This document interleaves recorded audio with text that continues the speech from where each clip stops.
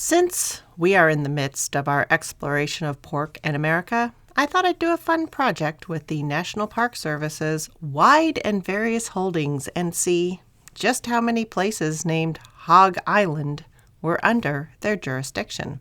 Dropping off a few swine on an island and leaving them to breed like the livestock kudzu they are has been going on in the Americas since 1493 in Columbus's second voyage.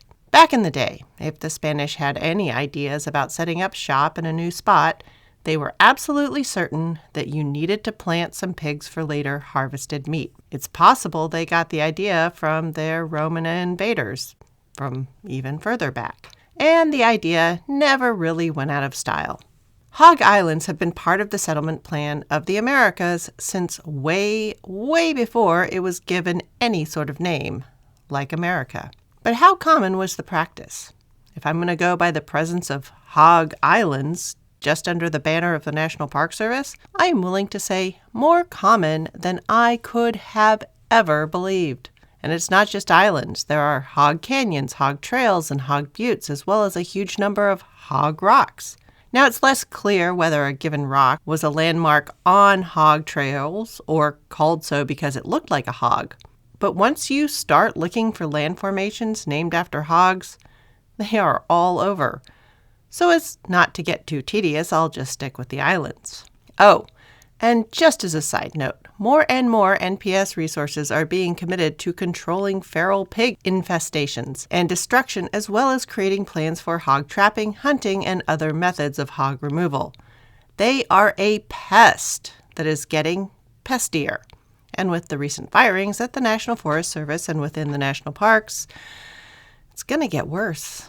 And with that, here's a list of hog islands you can currently still visit or look at from afar if it's elephant seal pupping season that the National Park Service administers. And this is just under the umbrella of the National Park Service. There are many more hog islands. All you need to do is look. So let's begin coast to coast. There's a hog island in the Potomac River near George Washington's birthplace in Virginia, which is still home to a flock of sheep with links to British sheep dropped off there in the 1700s. And then there's the Hog Island off of Point Reyes along the Pacific coast directly west of San Francisco. That's now a hot spot for the once nearly hunted to destruction elephant seals. Don't stand downwind when they're in residence. Seals, much more so than free-range hogs, are rather fragrant. Then there's a hog island, also known as Belle Isle, in the Detroit River at the base of the thumb of the Mitten of Michigan, as well as another one up by Sleeping Bear Dunes all the way at the tip of the pinky finger of Michigan's Mitten. There's even a hog island in Unalaska Bay in the Aleutian Island chain in Alaska. You can find a little hog island in Boston Harbor, renamed Spinnaker Island by a land developer who repurposed it in the 1980s. And then there's another hog island of East Boston, which, is now no longer an island because it was infilled to make part of Logan Airport. There's also an Audubon camp on a hog island near Acadia National Park up towards the northern tip of Maine. And then there's a hog island among the low country coastal islands of northern Georgia near Savannah. Anyway, it's a phenomenon. Once you know it's there, you'll keep seeing. The hog islands of America are everywhere there's a decent place to farm or there was any sort of stable long-term outpost, especially in the days before refrigeration. So if you're poking around on a map, especially near bodies of water, keep an eye out for your local hog islands.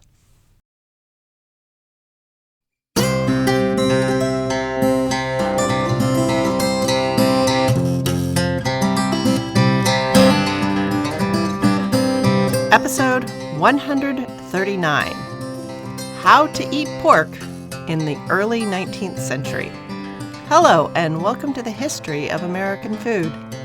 Last week, I established that hogs were absolutely everywhere people were in the new America. So this week, I'll be looking at who's eating pork and how they're eating it. That's right, I'll finally be dishing about dishes, and it only took getting to the most popular meat of the century. So pull up to your place at the table and let's dig in. The first thing you need to know is that while pork and pork fat and pork products were all over everyday life, pork recipes in printed popular recipe books do not reflect this reality. What was going on? Pork meals, especially those with salted and smoked pork, were something of the cheese toast, peanut butter and jelly, buttered noodles, or instant ramen noodles of their day. You didn't really need a recipe. These were the sort of things that cooks just made. They showed someone else how to make it and were around enough that you didn't need to be reminded after a while. This was the sort of boring, everyday food that didn't warrant the expense of being written down on pricey paper, much less being printed. Which brings me to another interesting point about cookbooks that I will keep bringing up. Cookbooks, both printed and handwritten, were largely for fancy foods, or holiday foods, or new or exotic foods that were rarely made, or for things that used recently introduced ingredients like tomatoes or okra or venison. There was a ton of ink used to publicize food fads like the Gramites and other new ideas like the Banting diet, restrictive vegetarianism, and the Kellogg obsession with chewing food for extremely long times, or Fletcherization. So much wasn't really written about them because they were incredibly popular. Instead, it was that they were new. And all of this publicity was directed at people who had enough food and time and income to decide what to eat and, more importantly, what not to eat and how to eat. But for the people doing the manual labor to grow the food, mine the iron, and shape the land to grow rice and sugar and cotton and indigo to enrich other people, choosing which food to eat was not an issue in their lives. Instead, the question they more often faced was food or no food. And their meals were things that were already known. So not much about those meals was being written down. In the 19th century, there were a large number of people who regularly met hunger as almost a daily companion. Injury and illness due to malnutrition and starvation were still quite common, and famine was an event most people would have encountered and were most likely to encounter again. In the early 19th century, America stood out as a place that didn't have a famine cycle. I mean, there was hunger, sure, but it seemed as if there was plenty of room to move on if things weren't working out. For people just arriving there, it seemed like if famine arrived where you were, you could just go move to a place that it wasn't. And the ease of getting pigs, growing pigs, and processing pigs at home as a saleable product had much to do with this. Pork was available to almost everyone, but different parts and different cooking methods were spread all over the new country. So let's take a look at what was available to whom and who ate what. The people probably eating the most pork and yet having the worst time of it were those people enlisted in or following the military. In the 21st century, the food in the military, while not the best, is far, far from the worst. The modern military adheres closely to the dictum, Roman or Napoleonic or whatever, that an army travels on its stomach, and so does reasonably hard work to consider morale when building its food supply. But back in the early 19th century, for many, joining or following the Army and Navy was often only a choice between outright starvation or jail. And quite often the best the military rations had to offer was some instead of none. And one of the most common elements of that some was barrels of salt pork. These would be contracted a year in advance, and often not at the most favorable prices for the sellers. This meant the processing was not of the highest quality. It was also incredibly common to have an order placed and partially paid for, only for the order to show up short. Now, some of that was either from the farmers finding better buyers for their pigs, and while some pigs might make the walk to a fort, if it was on a frontier, if it was a prairie fort, the pigs would have to be slaughtered and barreled. You could drive beef on the hoof across grasslands, but that was not something that was possible with pigs.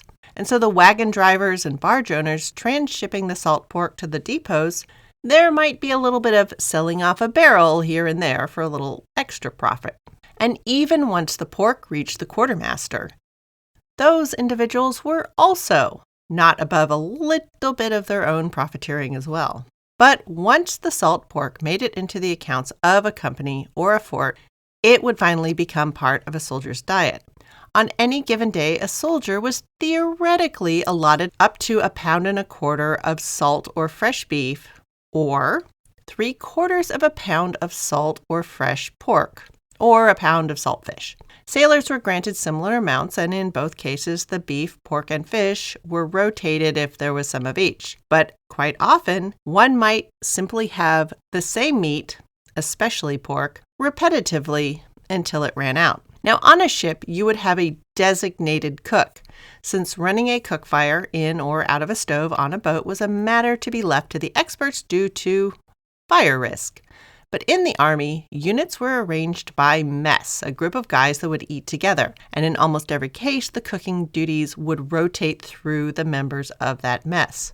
At forts, where living arrangements were more permanent, married men might get to eat with their families and a wife would cook, but for most men, they were cooking out of the Army manual, and the instructions as issued for pork dishes largely rested on soup, stew, and hash. A soup recipe was as follows. To make soup, put into the vessel at the rate of 5 pints of water to a pound of fresh meat. Apply a quick heat to make it boil promptly. Skim off the foam and moderate the fire. Salt is then put in according to the palate. Add the vegetables of the season, 1 or 2 hours, and sliced bread some minutes before the simmering is ended. When the broth is sensibly reduced, that is, after 5 or 6 hours cooking, the process will be complete. Now, since fresh pork wasn't always available, they added in some instructions for salt pork. To use salt pork, follow the regulation above for soup. The salt pork should be soaked in water to remove the saltiness before adding it to the water in the kettle. Add vegetables or rice or barley and herbs to taste. That's it. The whole recipe. No guidance is given regarding how long to soak the pork. Incidentally, it's at least 2 hours, preferably with a few changes of water, and overnight wouldn't hurt. So as you might guess, in most cases, little care was taken in this area. A similar lack of direction is found in the stew recipe, which is as follows. Cube a 1/2 pound of pork and simmer in a pot of water for 1.5 hours. Add vegetables, potatoes, and herbs to taste. Continue simmering until meat is tender, about 2 hours. Oh boy. Now there are plenty of jobs that congregated men without families, building the expanding railways, jobs at dockyards, moving cargo up and down waterways, cutting down trees for the timber-hungry country at lumber camps, and on and on and on, which meant that common pot meals were very common. But in all these cases, these men usually had the benefit of a designated cook. So quite often, their meals were at least marginally better than the enlisted men in the military, especially if they were staying in a boarding house. And the owners and cooks of boarding houses that could provide better than average meals could, to a certain extent, pick and choose their boarders. And quite often it was her boarders. Being a boarding house owner was one of the few somewhat respectable modes of employment a woman could find, and it often meant she was a widow because she had a house. But even then, what she was usually cooking were meals we might find plain, repetitive, boring, or only marginally edible. And yet they counted as so much better than what many had received in the military or what they had tried to make themselves. So they counted as good, or at least good enough. Common boarding house and tavern and camp meals included pork stews and hashes and beans baked with pork and parched corn mush or corn grits with pork drippings or smoked bacon. Hash would often be some version of potatoes and beets boiled until soft, and then pork pieces, often leftover meat from a stew fried with onion, and then the pieces would be combined and compressed to cook as a cake, which would then be chopped up and served, often with a gravy made of more pork fat, some water or milk, and some flour, and if you were lucky, some pepper and sage or maybe some other herbs. As you can imagine, from your own experience, there are better and worse versions of this, and it was mostly going to be up to the skill, patience, resources, and experience of the cooks. For any written instructions of hash were going to be no more explicit than the instructions I just gave. Now, salt pork was an important component in producing the famous baked bean and was in bean and pea soups, clam pies, and of course was an indispensable part of chowder. When soaked properly and then sliced and deployed with an experienced hand, it would elevate and sometimes make legendary these dishes made of just a few ingredients that were to hand. And if you recall from previous episodes, the earliest chowders, of course, were a layered dish of biscuit, salt pork, and onions. However, as the communities living along the seashore began to grow potatoes and become more and more appreciative of local seafood, fish, often cod, and clams, they started to take up some of the room given to salt pork as both a cost-saving measure, you could send the kids out to dig up clams, and over time as a flavor improvement or just a break from the monotony. Lydia Marie Child, author of The Frugal American Housewife, gives her recipe, quote, for those who are not ashamed of economy, unquote. Using 4 pounds of fish, which should be enough for 4 or 5 people, half a dozen slices of salt pork in the bottom of the pot. Hang the pot high so the pork may not burn. Take it out when done very brown. Put in a layer of fish, cut in lengthwise slices, then a layer formed of crackers, small or sliced onions, and potatoes sliced as thin as a 4-pence. Mix with pieces of pork you have fried, then a layer of fish, and so on. 6 crackers are enough. Strew a little salt and pepper over each layer. Over the whole, pour a bowl full of flour and water, enough to come up even with the surface of what you have in the pot. A sliced lemon adds to the flavor. A cup of tomato ketchup is very excellent. Some people put in a cup of beer. A few clams are a pleasant addition. It should be covered so as not to let a particle of steam escape if possible. Do not open it except when nearly done to taste if it be well seasoned. And that's it. No temperature, no times, just judgment. Oh, and at this point, even though tomato ketchup is called for, it's still a more vinegary, darker sauce than we recognize now. It still didn't have the sugar. So even though this recipe from the 1830s doesn't have the dairy we're used to, the use of a flour slurry to thicken it gave it a recognizable texture. The pork and potato are definitely there, supporting the fish and the other seafood. Now, as meat, especially pork, became a more and more common element in the American diet, using it as a flavoring with other foods and as a fat source was also very typical. All birds, with the possible exception of fat end-of-summer ducks, were very lean. So larding them, that is, inserting fat into their flesh before roasting or stewing, was a common technique to make them more tender. For those in less fancy cooking setups, places that lacked things like ovens, spits, and larding needles, chickens, turkeys, pheasants, and any other fowl would simply be wrapped in salt pork or smeared well with lard to keep the lean bird meat from drying out. And of course, to complete the layering of fat, stuffings constructed of pieces of salt pork, breadcrumbs, and herbs would serve to add seasoning and important moistening fat from the inside out as well as the outside in. Mary Randolph directs coating turkeys, woodcocks, and snipes well in lard for roasting, which are placed a good distance from the fire so as not to dry them out, and to do so with toasts on a plate beneath them to catch the drippings. And the resulting soaked bread can be used to make a sauce. Larding and stuffing was also a common way to make game more succulent. The lean deer still to be found in the dwindling forests on the east side of the Appalachians were regularly treated with some sort of pork fat to prevent stringy meat. And many of the earliest people to carve out a homestead on the other side of the Cumberland Gap brought pigs, but mainly hunted wild game. The pigs wouldn't be eaten until they had multiplied to a certain extent on the forest roots, nuts, worms, and such. Then they would be lured home by the end of the first successful corn crop. But other than the few dishes made from pig slaughtering immediately, most of the pig meat would be smoked and salted to add to wild game caught locally. Maria Eliza Rundell's cookbook from England, A New System of Domestic Cookery, was also popular in the brand new United States, and directed that meat from the shoulder or breast of venison, after hanging, should be beat well with a rolling pin and then rolled up with slices of fat that have been soaked in wine when stewing the meat to both moisten and flavor the game to make it more succulent. Showing that even when people weren't eating pork, the pig was still present.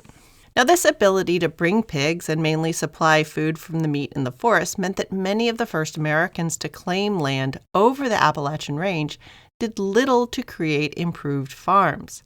Many had a way of life similar to what Abraham Lincoln experienced in his boyhood.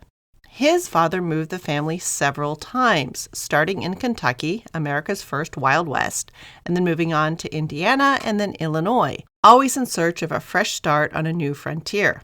Many men would claim a spot, clear the land, grow a little corn and a few pigs, hunt the local game until it became sparse and skittish, and the farmland was depleted, and then they would move on.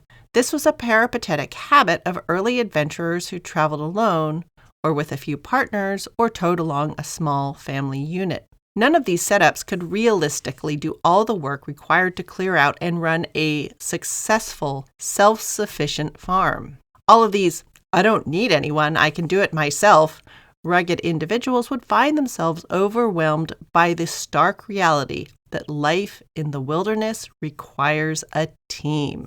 The tidy farms that stay in a place for generations would have to wait for the second and third waves of arrivals who showed up with groups of co-religionists or immigrants from the same region or extended families that pooled their resources and brought important items like cows and especially oxen as draft animals. Their groups included people with important metalworking skills and women with gardening, cooking, and preserving skills. Pigs on their own only get you a fingerhold in farming.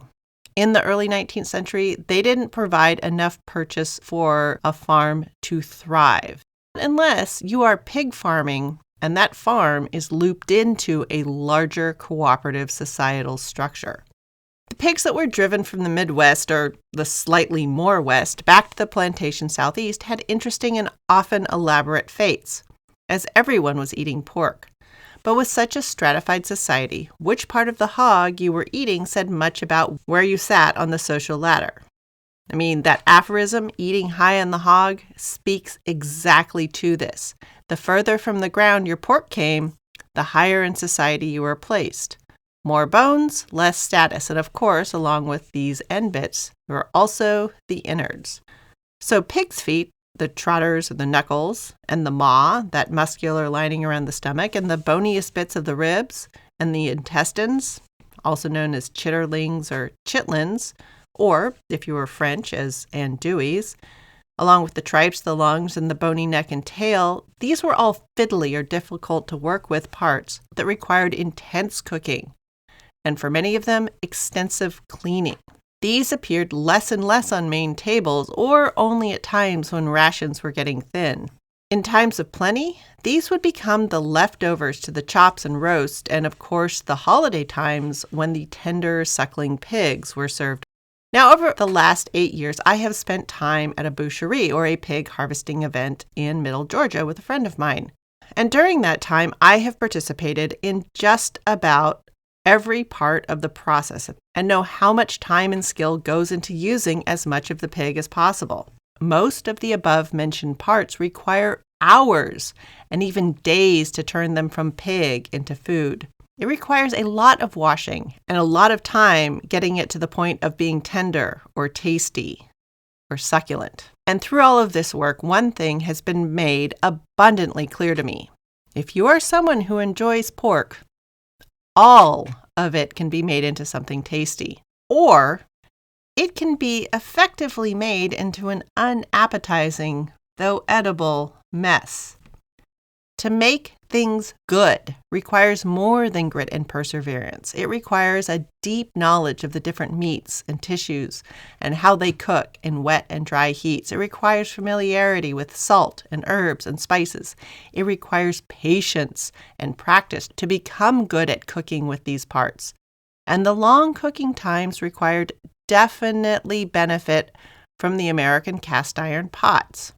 While quite a few enslaved people would use their own clay pots to cook, giving them more control and access to processes that turned out better food, the state of iron manufacture and sophistication that were already present in West Africa meant that many had already been cooking in iron pots before they were brought as prisoners to America. And they also cooked in iron pots to feed themselves and fellow prisoners on the ships. When they arrived in America, cooking in iron pots was just a continuation of what they'd already been doing. And these were instrumental in the development of all manner of pork stews and broths and soups that would go on to influence American cooking.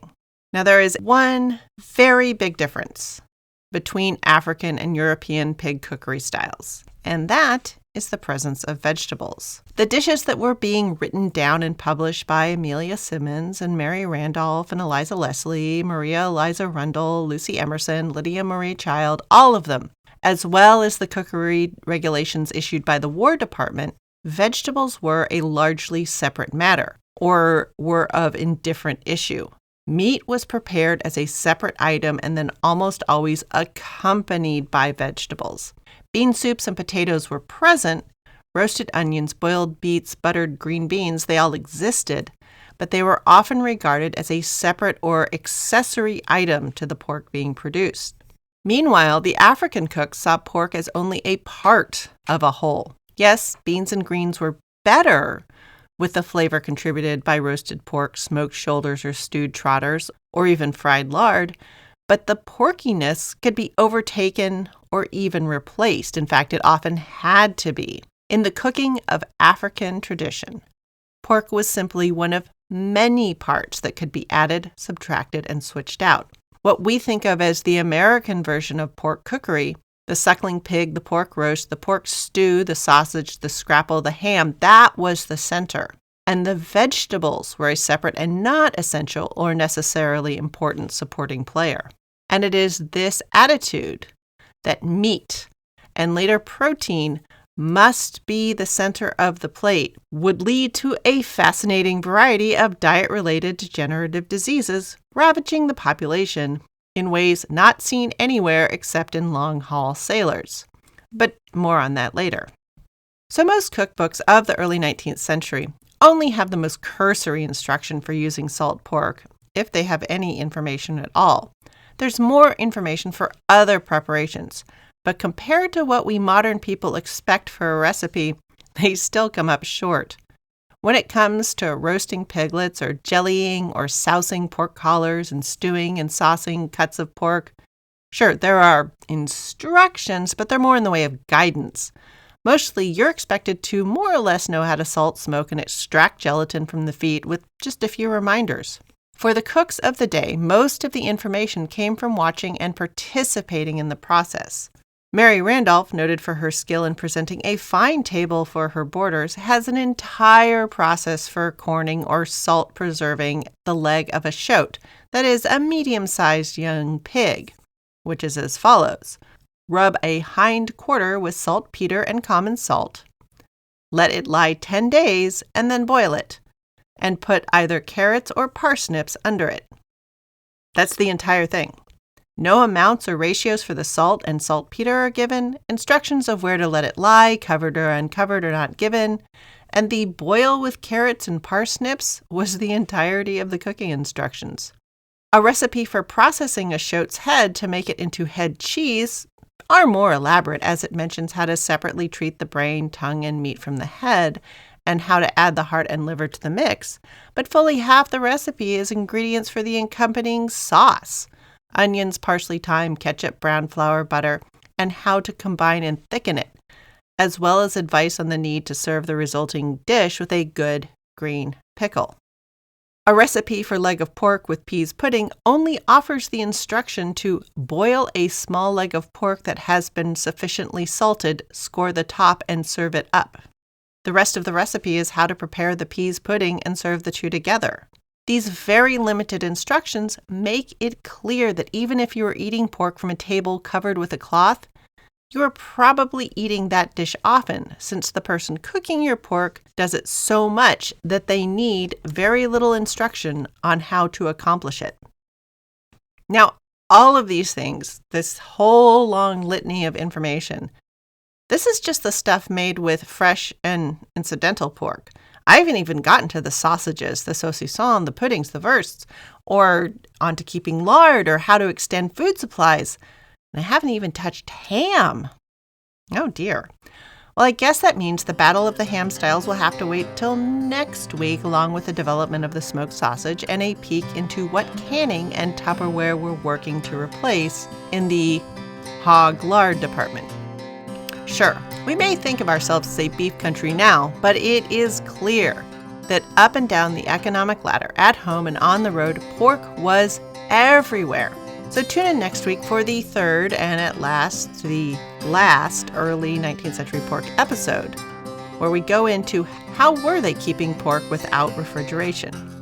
And then finally we can get onto the story of the American fork. Thanks for listening. Any email questions or quibbles will continue to reach me at thehistoryofamericanfood@gmail.com. Downloading the episode helps me know you're out there, but even better than that are your reviews. Let more people know that you're listening and enjoying the show, or at least find it interesting. Music for this podcast is Fingerlympics by Dr. Turtle, and you can find me out there on the social media, on Threads, Insta, and elsewhere as @THOA Food. And all this information is available in the show description.